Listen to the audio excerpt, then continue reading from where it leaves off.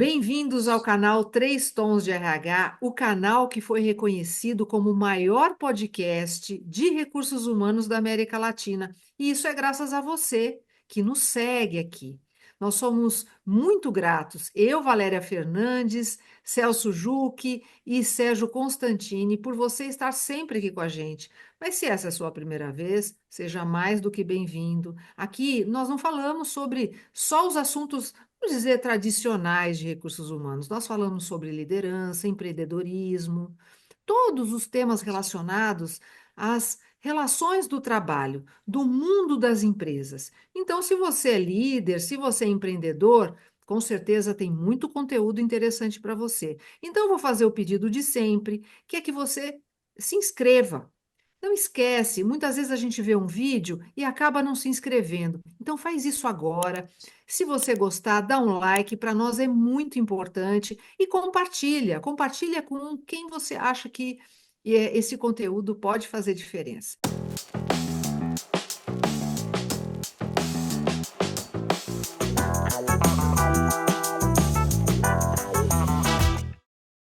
Hoje nós vamos falar sobre algo que é bem atual. É o nosso momento.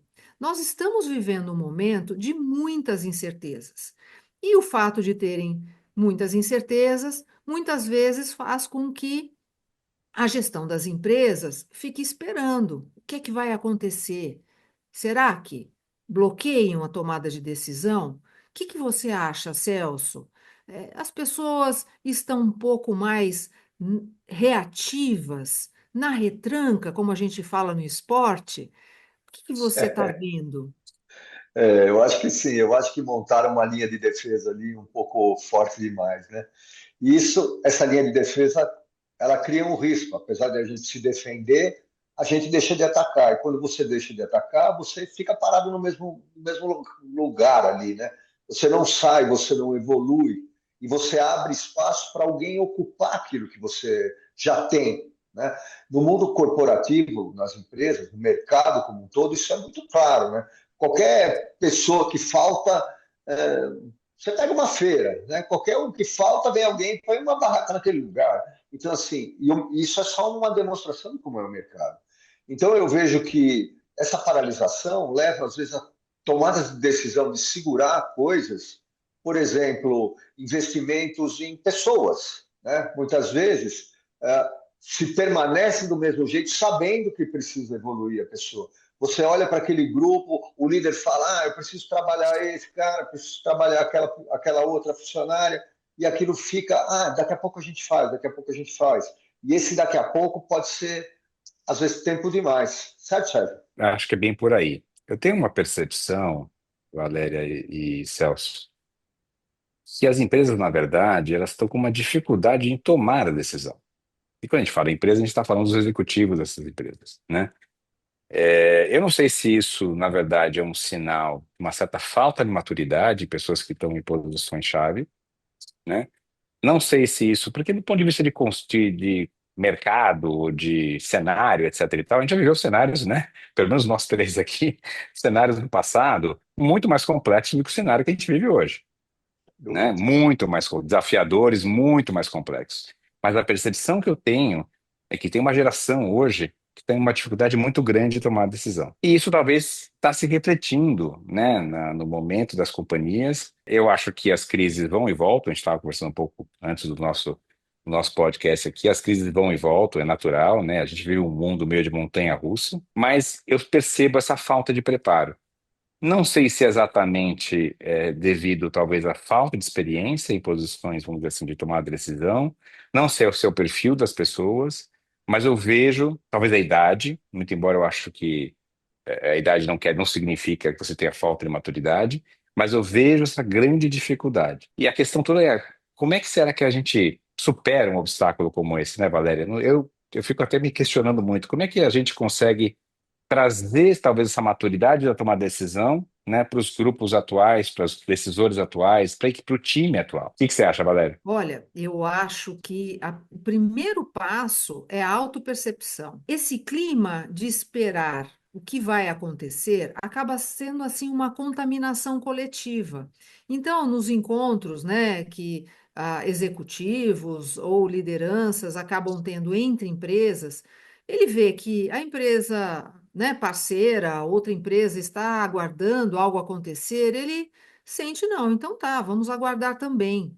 Parece que cria aí, né, um pacto, todos nós ficamos na observação.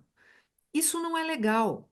Então, é sempre bom saber o que acontece no mercado, mas mais importante é você não perder a autopercepção. O que é que está acontecendo na minha empresa, na minha área, com a minha equipe? Será que eu paralisei? Existem motivos para paralisar? Existe uma questão, orçamentária que é real? Ou é apenas uma segurança adicional que eu quero trazer? Veja, eu acho que aqui a gente tem um ponto que é muito relevante. Quando você paralisa, você acaba, em algum momento, ficando para trás, porque o restante do mercado, ele pode não paralisar. Você conhece algumas empresas e algumas pessoas, mas não todas. Sem falar que o mercado, ele não é formado só de empresas nacionais, ele é formado de empresas globais. Nem todas as culturas lidam, né, com o que acontece no mundo da mesma maneira. Então, se você paralisa durante 3 meses, 6 meses, um ano, é necessário? Muito bem, mas isso pode te custar caro mais para frente. Em contrapartida, quando você vive situações onde as coisas não são tão claras, grandes oportunidades podem surgir. Então, fazer uma autorreflexão e provocar uma reflexão com a equipe, com os pares, com a organização que você vive, quais oportunidades, melhor dizendo, existem hoje numa situação de incerteza. E quem sabe não dá para explorar com novos negócios. É claro que você pode precisar de ajuda para fazer isso, nem sempre, né? Esse processo, ele é simples, né, Celso? Eu acho que você tem razão. Se você pegar, por exemplo, a época da pandemia, né? A época da pandemia foi uma época terrível, que pegou todo mundo despreparado, né? Como diz no meu tempo lá, todo mundo de calça curta, né? Então, assim, como é que muitas empresas evoluíram, muitas empresas cresceram, muitas empresas encontraram seus caminhos, né? Um exemplo é isso aqui que nós estamos fazendo, que nós estamos gravando aqui por uma plataforma. Isso aqui era muito raro antigamente, né? Então você tinha deslocamento. Como é que você olha para isso tudo? Então, eu penso que essa capacidade de olhar para o futuro, essa capacidade de sair da zona de conforto, né? Porque é muito bom viver numa zona de conforto, mas quando a gente tem essa coisa empurrando a gente de fora de algum jeito e a gente começa a se sentir desconfortável, a gente tem que encontrar uma maneira de andar, uma maneira de evoluir, uma maneira de ir para frente. E esse olhar, eu entendo assim que, primeiro, eu gostei muito daquilo que você falou sobre não andar sozinho, né? A gente muitas vezes não sabe o caminho. Então, sempre tem alguém que sabe mais para a gente. E essa base a gente pode procurar, essa base a gente pode conversar com pessoas. Às vezes dentro da própria empresa, tem gente lá que já viveu outras situações. Ah, encontramos esse caminho. Às vezes o caminho não é o mesmo, mas você tem um ponto de partida.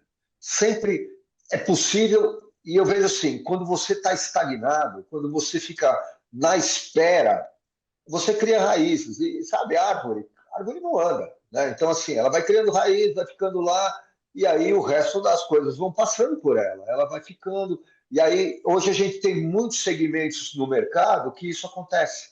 Você pode olhar com a chegada de novos entrantes que vêm de fora, você falou muito bem, globais, tal. A gente vai reclamar que o global vai chegar? Ele vai chegar. Como que a gente faz para ganhar dele? Essa é a minha, esse é o meu olhar, né? E essa coisa da tomada de decisão que o Sérgio falou, eu acho que é o ponto fundamental, porque você deve tomar uma decisão, não dá para tomar uma decisão 100% racional, porque assim, a gente não consegue saber o que acontece amanhã. Então a gente tem que olhar para esse amanhã com aquele olhar estratégico, com um olhar até um pouco intuitivo. Será que é por aqui o caminho? E aí entra a resiliência, o quanto os gestores ali daquela empresa são resilientes, porque pode não dar certo, o quanto eu consigo me movimentar.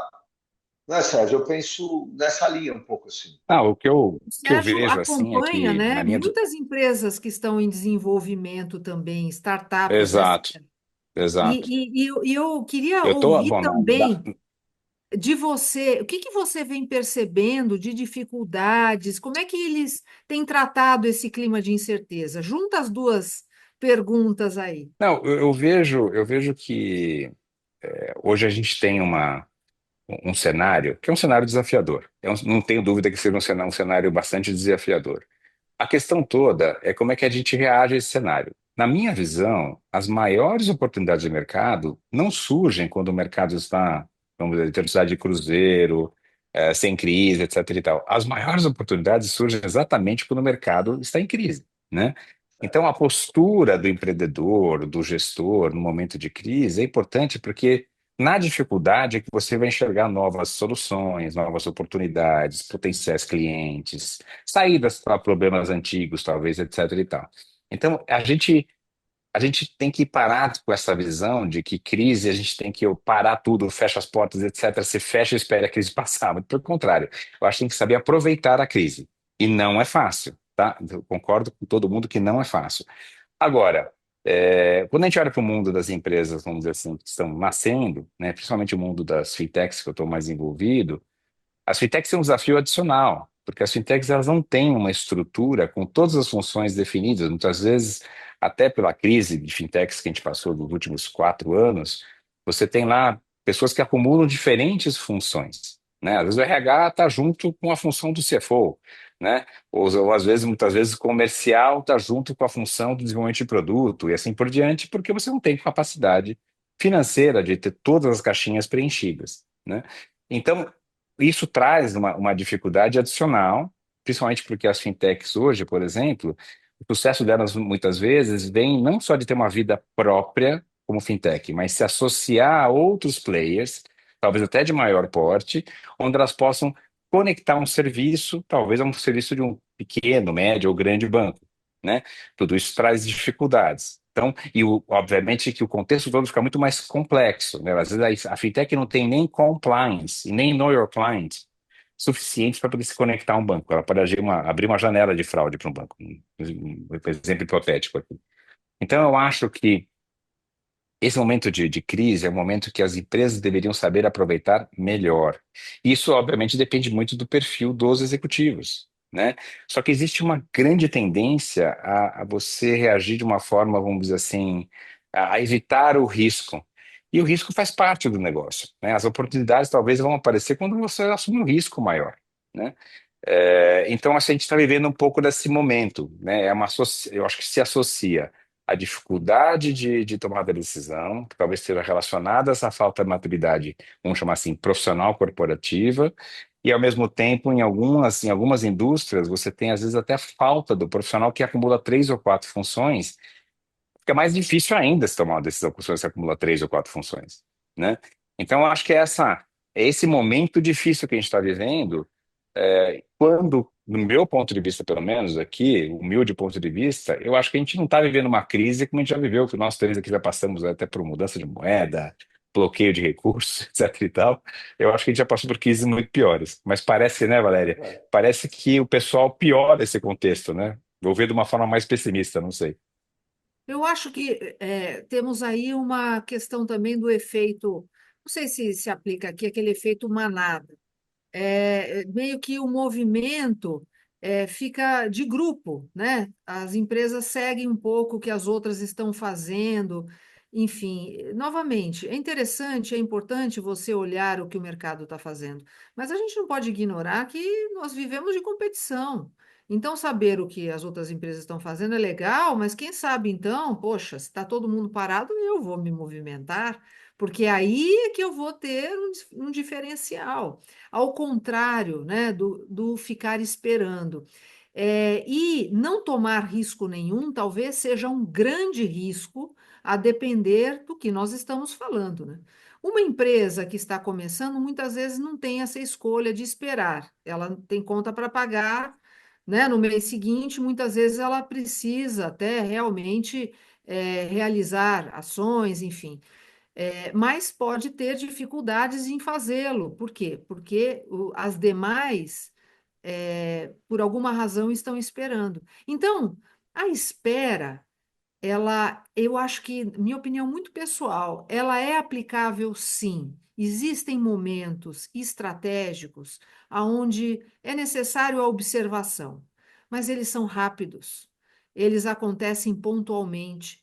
Não dá para a gente ficar 6 meses esperando alguma coisa acontecer. Desculpa, esse tempo depois vai cobrar o seu preço. Então, a contribuição aqui, e é só uma provocação, é provocar você, que é líder, né, de RH ou de qualquer área de negócio ou empreendedor, enfim, é pensar como, neste momento de incertezas globais, como você e sua empresa estão se posicionando e também dá a sua opinião aqui. Fala, não, não, aqui nós estamos fazendo várias coisas, estamos aproveitando oportunidades ou não. Olha, pessoal do Três Tons, a gente acha que é melhor esperar. Legal, conta pra gente, por que você acha que é melhor esperar? A gente vai adorar fazer um segundo vídeo, né, pessoal, falando sobre esse assunto, aprofundando um pouco mais essa conversa. O nosso grande objetivo é contribuir com você, com as empresas, com o mercado, para que todos nós possamos crescer juntos. Aliás, somos muitos tons. Não esquece de se inscrever, já curte, manda para um colega, manda para um amigo, que esse vídeo com certeza pode contribuir de alguma maneira. Obrigada, Celso, obrigada, Sérgio. Até o próximo. Tchau, Boa noite, tchau. pessoal.